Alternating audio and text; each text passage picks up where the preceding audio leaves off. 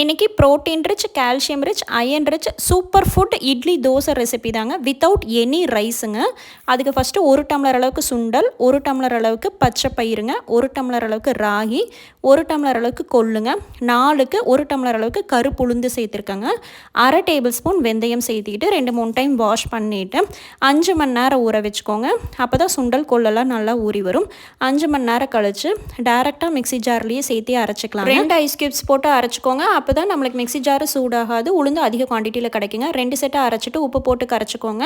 5 to 6 மணி நேரம் நம்ம புளிக்க வச்சாலே சூப்பராக ஃபர்மெண்ட் ஆகி வந்துடும். கொள்ளு ராகியெல்லாம் இருக்கிறனால சீக்கிரமாகவே நம்மளுக்கு மாவு இந்த மாதிரி போதுன்னு புளிச்சிருங்க. தண்ணி விட்டு இட்லி மாவு கன்சிஸ்டன்சி கரைச்சிட்டு இட்லி ஊற்றிக்கோங்க.